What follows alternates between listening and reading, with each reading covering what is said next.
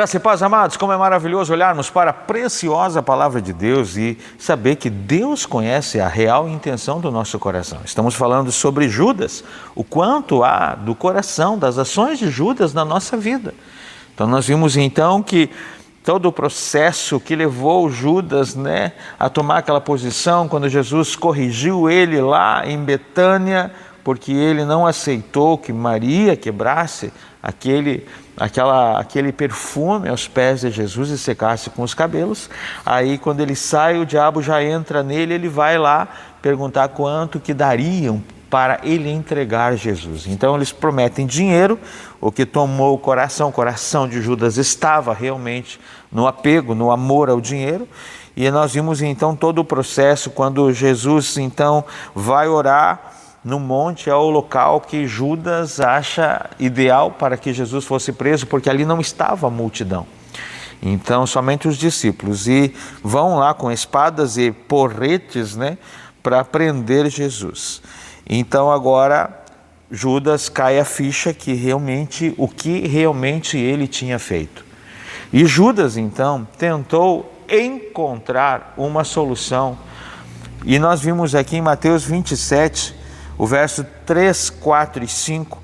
Então Judas, o que o traiu, vendo que Jesus fora condenado, ele fez algo que ele não tinha a noção, ou ele tinha, só que talvez como o diabo entrou no coração dele, cegou ele.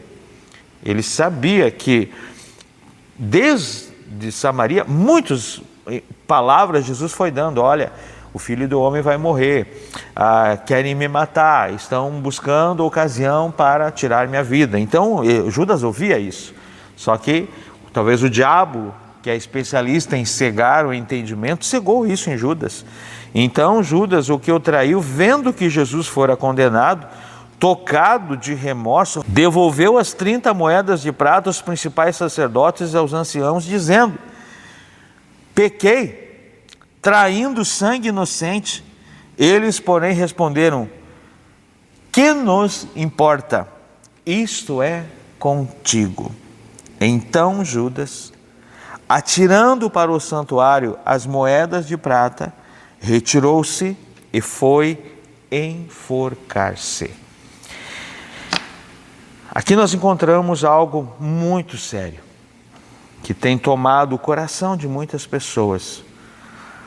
Hoje nós vivemos no estado que tem sido líder em suicídio.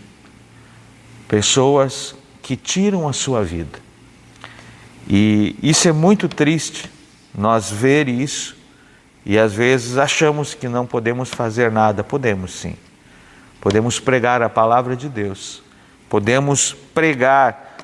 Judas aqui, mesmo sabendo que Jesus tinha a palavra de vida eterna, porque ele viu Pedro confessar isso, ele tentou resolver o seu pecado, ele tentou resolver a sua traição com dinheiro e nos homens. Como que se dinheiro e homens tivesse o poder de nos perdoar os nossos pecados. Então, a gente tem que consertar sim a nossa vida, tem que consertar.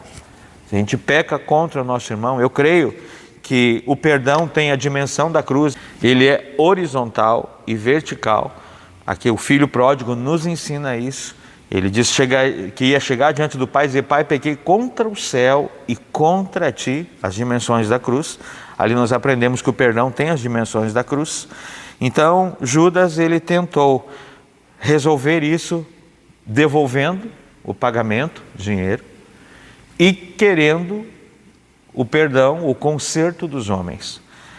A diferença é que Pedro, quando traiu Jesus também, da mesma forma, ele se arrependeu e foi buscar em Deus.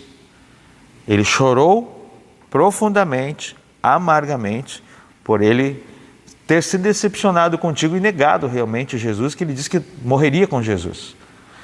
Então nós precisamos compreender que nós temos que consertar sim com homens. mas não espere receber o perdão de homens. Muitos homens perdoam da boca para fora. Muitos homens dizem, eu não perdoo. Muitos homens dizem, eu perdoo, mas não esqueço. Então,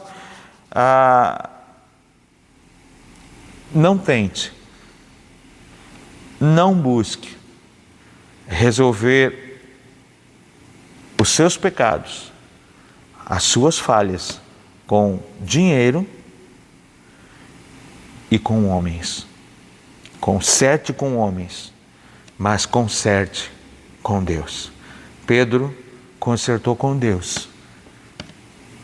E nós vimos Pedro cheio do Espírito Santo fazendo coisas sobrenaturais. Nós vimos Judas querendo consertar com homens e não encontrou conserto. Isso o levou à morte espiritual e à morte física. Que Deus tenha misericórdia das nossas vidas e o Senhor possa nos impedir de sermos como Judas, de termos partes do coração, da intenção do coração de Judas na nossa vida. Que nós possamos encontrar em Deus, em Jesus, a fonte para toda a nossa salvação. Que Deus te abençoe.